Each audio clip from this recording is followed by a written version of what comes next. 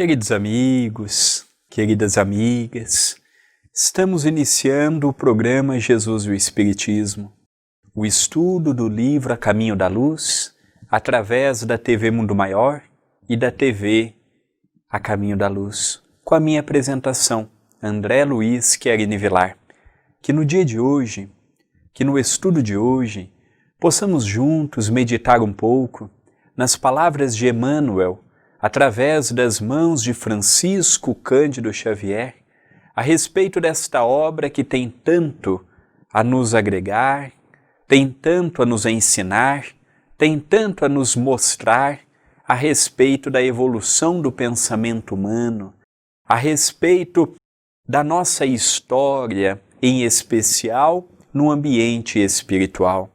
Gostaria muito de agradecer a cada coração amigo que vem me acompanhando, que vem compartilhando os programas, que vem interagindo conosco pelo e-mail ou pelo WhatsApp. Eu gostaria muito de agradecer a todos vocês que estão deste outro lado estudando comigo. No dia de hoje, dando continuidade no capítulo que iniciamos no vídeo passado, estamos vendo o capítulo 14, a edificação cristã.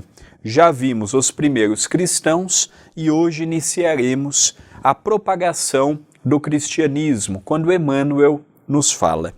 Na Judéia cresce, então, o número dos prosélitos da nova crença. O hino de esperanças da manjedoura e do Calvário espalha nas almas um suave e eterno perfume.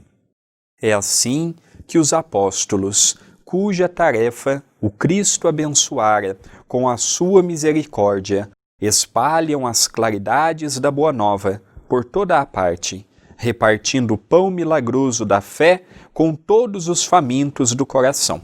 Emmanuel começa por demonstrar que a mensagem de Jesus, ela começou a aumentar o número de prosélitos. O que isso significa?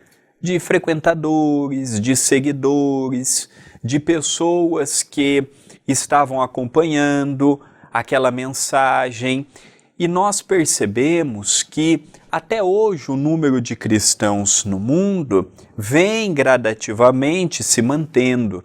Mas nós percebemos também que aquele pensamento que havia naquela época de esperança, de alegria, de contentamento, com a sofisticação natural da vida humana, nós temos visto que nem todos os adeptos do cristianismo, das mais variadas matizes religiosas, encontram esta alegria, este consolo e esta esperança. Muitas vezes esperamos da religião, da religiosidade, dos chefes religiosos, o que eles não podem nos dar, levando a uma descrença, levando a um afastamento da religião, inadvertidamente por conta do que esperamos quando adentramos dentro de um templo religioso e pelo que nos foi incutido ao longo das pregações, das palestras, no ministrar do estudo evangélico. Nós percebemos que Jesus, ele não fez promessas em sua doutrina, ele não inventou uma nova modalidade de fé, nem tampouco desmereceu qualquer outra religião. Pelo contrário, Jesus ele procurou não ofender os princípios da época, os princípios judaicos, os princípios romanos, os princípios das tribos que compunham a região em que Jesus estava. Pelo contrário, Jesus ele procurou ser o mais objetivo possível, procurou ser o mais sucinto possível e, ao mesmo tempo, um grande revolucionário.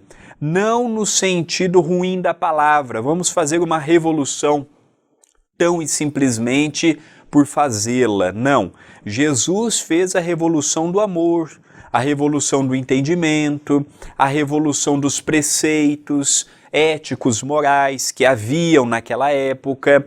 Só que é natural que Uma mensagem grandiosa como a que Jesus nos legou, era muito natural que ao longo dos séculos e dos milênios fossem deturpadas como foram. Nós percebemos hoje a deturpação na mensagem do Cristo, na vivência do Cristo, na vivência de nós que militamos numa religião. E percebemos que isto tem levado muitas pessoas a não ter o discernimento de separar o certo do errado e imaginam que tudo faz parte do mesmo projeto. Então a propagação da mensagem do Cristo foi instantânea, principalmente nas camadas mais pobres, mais ignorantes, por parte dos sofredores, por parte dos aflitos, por parte dos abandonados. Este público aceitou Jesus com grande contentamento, porque ele falava de uma alegria, de uma esperança. Ele falava que o reino de Deus era para todos, não era para apenas os ricos, os nobres, não. Ele dizia também que era para o pescador, para a prostituta, para o leproso. Ele não fazia distinção. E hoje nós fazemos. Não é todo mundo que pode chegar numa casa religiosa. Muitas vezes chega um companheirinho, morador de rua, há alguns dias sem tomar banho, alguns dias sem uma higiene pessoal e, naturalmente, não tem o mesmo tratamento do que aquela pessoa que chega elegante num centro espírita ou num outro templo cristão. E Jesus não. Jesus ele pregava ao céu aberto, numa barca, diante daquela multidão.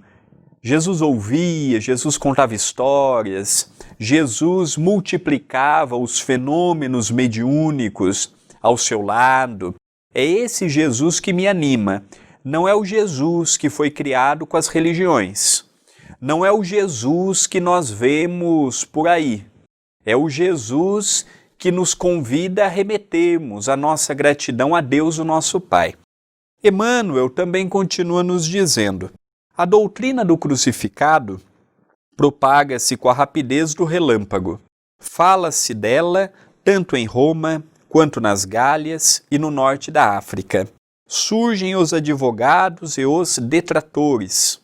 Os prosélitos mais eminentes buscam doutrinar, disseminando as ideias e interpretações.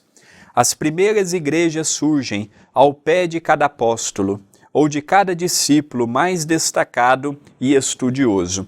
É apaixonante nós estudarmos o cristianismo nascente. É apaixonante nós estudarmos como que a igreja nascente, ela se preparou, ela se propagou, melhor dizendo, rapidamente. É interessante que Paulo, por exemplo, narrado muito bem pelo Espírito de Emmanuel, através do livro Paulo e Estevão, pelas mãos de Francisco Cândido Xavier, nós percebemos que Paulo, em cada cidade que ele ia, em cada aldeia, em cada vila, ele fundava uma igreja familiar. Não era uma igreja suntuosa no centro da cidade, não. Era uma igreja, convidava um casal, convidava uma coletividade para que daquele lar pudesse nascer um foco de luz. Olha que interessante, é o mesmo princípio que teve o Espiritismo. Na época do nosso codificador, Allan Kardec, e na época que o Espiritismo veio para o Brasil, haviam aqueles grupos familiares, em que muitas vezes a mulher era médium, e o dono da casa era o dialogador, os filhos estavam ali ajudando também. A igreja nascente foi assim, cada qual ajudava com o que podia. Na época não podia se declarar ser cristão, porque era uma afronta ao princípio religioso da época. O próprio Saulo, antes da sua conversão, ele não compreendendo corretamente o que era o Cristo, ele iniciou toda a campanha do Sinédrio, fomentando nos seus pares o ódio, a animosidade contra os cristãos. E é interessante que depois ele é vítima da própria campanha iniciada por ele. A propaganda do cristianismo divulgou como relâmpago, foi por toda a Palestina, na Ásia Menor, no norte da África, chegou no centro do Império Romano. Em todas as partes nós encontrávamos prosélitos, seguidores do caminho, posteriormente do cristianismo. E não havia o que nós temos hoje, rituais, não havia estas coisas que a inteligência humana foi enxertando na mensagem do Cristo. Era uma congregação de pessoas, tinham sim pessoas eminentes, tinham sim pessoas da sociedade, mas a grande maioria das pessoas que seguiam o Cristo eram pessoas simples. E eles seguiam nos bairros populares das cidades. Eles reuniam nas catacumbas, nada mais eram do que os cemitérios. Eles reuniam onde podiam, onde a polícia não fiscalizariam, onde não chegariam para serem presos e mandados às arenas para serem devorados pelos leões, como uma grande festividade para aquele povo daquela época.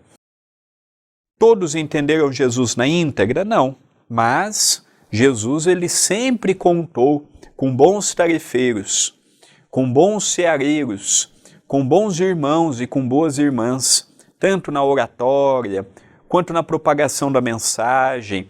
E é interessante que nós vemos no livro Paulo e Estevão que além do ensino da doutrina do Cristo, também haviam o trabalho com a comunidade carente. Então, na Casa do Caminho, a primeira casa cristã que o mundo conheceu, eles davam sopa, eles davam o agasalho, eles davam mantimentos, eles cuidavam dos doentes e dos leprosos. E naquela época, os leprosos tinham que ir, por exemplo, para o Vale dos Imundos. Então nós passamos a perceber que a atividade assistencial sempre caminhou com os primeiros cristãos. Sempre foi uma dobradinha, o conhecimento e o trabalho e o conhecimento. Onde Paulo ia, incentivava a fundação de uma igreja familiar, de um núcleo familiar, mas incentivava também o trabalho com aquela comunidade sofredora da matéria. É um tema apaixonante, felizmente teremos o segundo bloco para darmos continuidade. Mas antes, eu vou deixar aqui hoje, nós vamos falar um pouquinho no encerramento do primeiro bloco, do livro Passos de Luz, volume 2. Precisamos muito da sua ajuda para continuarmos com as atividades do Centro Espírita Perdão, Amor e Caridade. E quando você adquire um livro, está nos ajudando diretamente, já que toda a edição pertence ao Centro Espírita.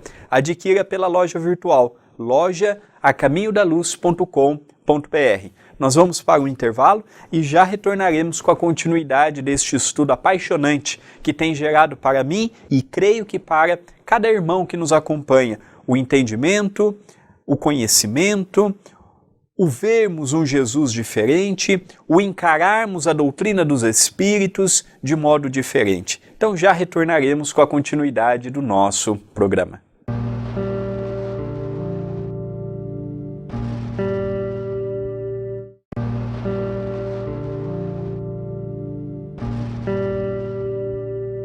Voltamos com o programa Jesus e o Espiritismo. Estamos hoje vendo uma temática muito curiosa, que é a propagação da mensagem do Cristo, em que Emmanuel tem feito para todos nós um resumo do que ocorreu naquela época. Continua o Espírito amigo. A centralização e a unidade do Império Romano facilitaram o deslocamento dos novos missionários, que podiam levar a palavra de fé ao mais obscuro recanto do globo, sem as exigências e os obstáculos das fronteiras. Lembremos que nesta altura o Império Romano tinha um vastíssimo império em termos territoriais. Então, eles poderiam ir e vir sem grandes complicações. Isso era um ponto positivo na propagação da mensagem, porque quando você está num país e para entrar no outro precisa de uma documentação, isso naturalmente dificultaria mais o trabalho. Mas naquela época tudo estava aberto, apesar das cidades serem cidades-estados, como na Grécia, por exemplo, era muito comum que as cidades fossem muradas e tivessem os portões, como foi o caso de Jerusalém, por exemplo, quando fala que Jesus entrou em uma das portas da cidade de Jerusalém. Então a cidade-estado, naquela época, murada, com o seu cuidado, era necessário, mas não era uma dificuldade enorme sair de uma cidade e entrar numa outra. E isto, segundo Emmanuel, facilitou com que a mensagem chegasse no Império Romano todo, chegasse em todas as partes. Algumas partes teve uma aceitação maior, outras partes teve uma aceitação menor, como Roma mesmo, o centro imperial daquela época, foi uma cidade que a mensagem teve grandes dificuldades na sua perpetuação. Por quê? Porque quando você fala para o rico que o pobre tem o mesmo direito que ele, quando você fala para o escravo e para o dono dele que ambos perante Deus são iguais, naturalmente que aquele que é o escravo vai ficar feliz da vida, mas não tão feliz assim aquele que é o dono dele ou que era o dono dele. E na época Roma vivia a sutilidade do conhecimento, a superficialidade do conhecimento, muitas etiquetas, mas um senso de moralidade ainda muito controverso. Então isso é um ponto importante que Emmanuel realça para nós. Continua ele. Doutrina alguma alcançara no mundo semelhante posição, em face da preferência das massas. É que o Divino Mestre selara com exemplos as palavras de suas lições imorredoras. O que isso significa? Por que a mensagem do Cristo se tornou uma alavanca poderosíssima? Porque ele não ficou apenas no discurso barato. Jesus foi e é, para nós os cristãos, espíritas, católicos, protestantes, umbandistas e por aí afora, Jesus é a maior referência de moral que nós possuímos. Quando estudamos a sua vida, apesar do Novo Testamento ter sido modificado no curso da história, nós percebemos que uma marca indelével do nosso mestre é o seu senso de moralidade. Não era aquele moralista, mas ele era moralizado. Ele não era aquela pessoa que chegava assim, olha, vamos fazer isto, vamos fazer aquilo outro, e ficava no seu trono esplêndido. Não, Jesus pelo contrário, Jesus era aquela pessoa na linha de frente, então ele ia atrás, ele corria atrás, ele se preocupou em ser o exemplo a ser seguido. Ele não se preocupou apenas e tão somente com o discurso, muito pelo contrário. O que mais marcou na personalidade de Jesus foram os exemplos. E com os exemplos vieram os seus ensinamentos, os seus mandamentos, os seus preceitos. Procurou não ferir ninguém, mas ao mesmo tempo não se calou mediante a iniquidade da época.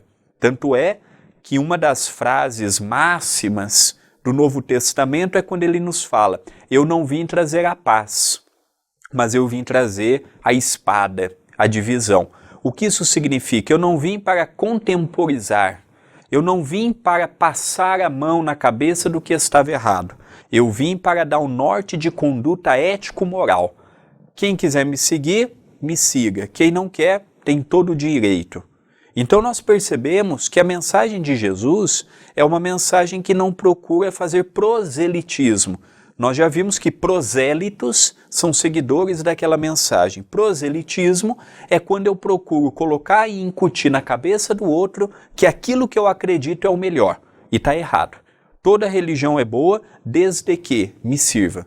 O Espiritismo deixou de me servir, creio que eu tenho que procurar outra religião, para que me abasteça novamente de ânimo e de coragem. Então a mensagem de Jesus teve uma propagação imensa. Não havia censo naquela época, não tínhamos como ter uma ideia do tamanho do alcance, mas como foi uma mensagem que teve no seu líder e no seu iniciador um poço de seriedade, isso estremeceu muitas pessoas. Tanto é que quando Jesus é colocado diante de Pôncio Pilatos, o prefeito, por assim dizermos, de Jerusalém, é perguntado: mas esse homem é justo. Este homem não me acusa nada que ele tenha feito que abonasse o seu trabalho. E realmente não teve. Jesus, ele em momento algum levantou um motim sequer. E quando as pessoas queriam tentá-lo, como os próprios seguidores dele, quando perguntaram, por exemplo, é lícito pagar impostos? Sim, dê a César o que é de César e a Deus o que é de Deus. Continua Emmanuel, maior revolucionário de todas as épocas, não empunhou outra arma, além daquelas que significam amor e tolerância, educação e aclaramento. Condenou todas as hipocrisias. Insurgiu-se contra todas as violências oficializadas, ensinando simultaneamente aos discípulos o amor incondicional à ordem, ao trabalho e à paz construtiva. É por essa razão que os evangelhos constituem o livro da humanidade por excelência. Sua simplicidade e singeleza transparecem na tradução de todas as línguas da terra, prendendo a alma dos homens entre as luzes do céu ao encanto suave de suas narrativas. É esse mestre que nós, os espíritas, deveríamos procurar. É este mestre que a espiritualidade convida a ser o nosso mestre. Na questão 625, Allan Kardec pergunta qual seria o nosso guia e o nosso modelo, a nós os espíritas. E a resposta é curta e objetiva, vede Jesus. Mas qual Jesus? O Jesus católico? O Jesus protestante? O Jesus da sociedade? Ah, mas há diferença? Há. Cada um puxa Jesus para o seu braseiro. Nós temos que ver o Jesus real. Aquele Jesus que quando esteve conosco não pregou que apenas numa religião seria a salvação. Aquele Jesus que nunca cobrou pelos milagres, pelos feitos, pelo auxílio, pelo ouvido amigo. Aquele Jesus que nunca formou uma escola profissional para ser religioso. Hoje ser um padre é uma profissão. Hoje ser um pastor é uma profissão. E nós aprendemos com Paulo que não, que a religião não pode ser uma profissão. A religião, ela tem que ser um complemento. Nós não podemos viver da palavra, do livro, da mediunidade, de atender as pessoas, de recomendar um corpo no momento da morte. Nós devemos fazer isso com vocação. É natural que precisamos de dinheiro para sobreviver, como Paulo também precisou. Por isso que na sua época, Paulo trabalhava durante o dia como tecelão, profissão que aprendera com o seu pai, levava ele o seu tear para onde ele ia na praça pública e pedia serviço. E à noite, no final de semana, ele estava pronto para propagação da mensagem do Cristo. É este Jesus que me anima. É esse Jesus que me convida à singeleza dos sentimentos e à simplicidade. Simplicidade não é simplismo nem simplório. Simplismo e simplório significa aquela pessoa que não tem grandes conhecimentos acadêmicos, que fala errado, que veste uma roupa muitas vezes simples, que mora num campo sem ter tido acesso à escola. Isso é o simplório. A simplicidade é quando nós conseguimos ver a vida de modo simples. Podemos ser sofisticados, podemos possuir gostos sofisticados, mas mantemos aquela simplicidade na fala, no trato com o nosso semelhante, não nos perturbamos pelas inovações do mundo. Foi esse o comportamento de Jesus. A vida toda, uma existência curta, de aproximadamente 33 anos, Jesus ele nunca quis um protagonismo. Ele nunca quis a modificação das pessoas pela imposição. Jesus ele sempre utilizou a metodologia do esclarecimento, do entendimento, do transmitir a mensagem sem aquele ar de moralidade que ofende muitas vezes. Mas ao mesmo tempo, ele não se calou, ele não se curvou mediante aos poderosos da terra. Tanto é que ele teve o fim que teve numa cruz, que era a modalidade mais sofredora que havia de desencarne naquela altura. Colocava-se no madeiro com enormes cravos, pregos, e aquilo era muito dolorido, lento, dolorido, por isso que Jesus foi para lá. Se tivesse algo ainda mais cruel, naturalmente Jesus teria desencarnado nesta outra modalidade. Quando ele veio, rapidamente a sua mensagem teve um alcance simultâneo, porque os revoltados sempre foram muitos, os tristes, os deprimidos, os oprimidos, e tinham nele um amigo, tinham nele um referencial. E no programa que vem, nós vamos dar continuidade nesta temática que julgamos ser importantíssimas. Mas antes de encerrarmos, eu gostaria de deixar o nosso WhatsApp e falar do canal no YouTube da TV A Caminho da Luz. O WhatsApp é um meio que você tem de entrar em contato conosco. Ali você pode receber mensagens diárias e gratuitas através da nossa lista de transmissão e pode mandar a sua sugestão também. O nosso número é 19 997 782794.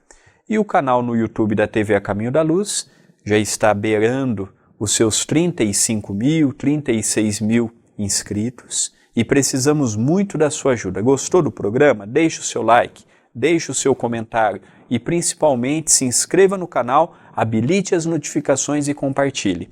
Precisamos muito da sua ajuda para chegarmos a mais corações. Se você não compartilhou ainda, ponha na sua linha do tempo do Facebook, por exemplo. Divulgue no WhatsApp, divulgue no Messenger. É somente desta forma que chegaremos a mais corações e novos corações terão a oportunidade de estudar conosco. Ao encerrarmos o vídeo de hoje, rogamos ao divino amigo Jesus que possa envolver a todos que nos acompanharam, dando muita força, muita paz, muita luz, muito entendimento, que a continuidade de nossa semana possa ser repleta de alegria. Até o próximo programa.